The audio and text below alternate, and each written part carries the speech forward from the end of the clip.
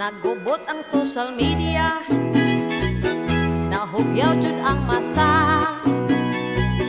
kay nasakpan sa asawa ang iyang bana na ikirida. Tungod sa tracker maong nasundan si Mrs. Napulbaan, pag-abli niya sa puntahan iyang nasakpan, nag-69.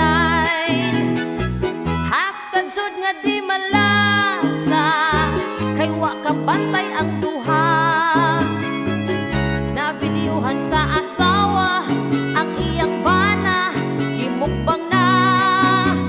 Ang uban dili mo tuo, kay kontentra daw kuno.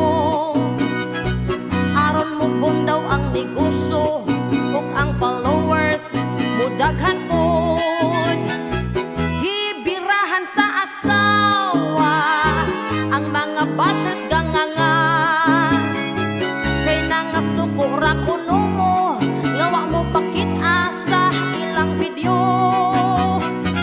Ang asawa taon gaduda nga naka-drive max ang bana, pero sa lain pabuhagay ug ipatimo iyang lagay.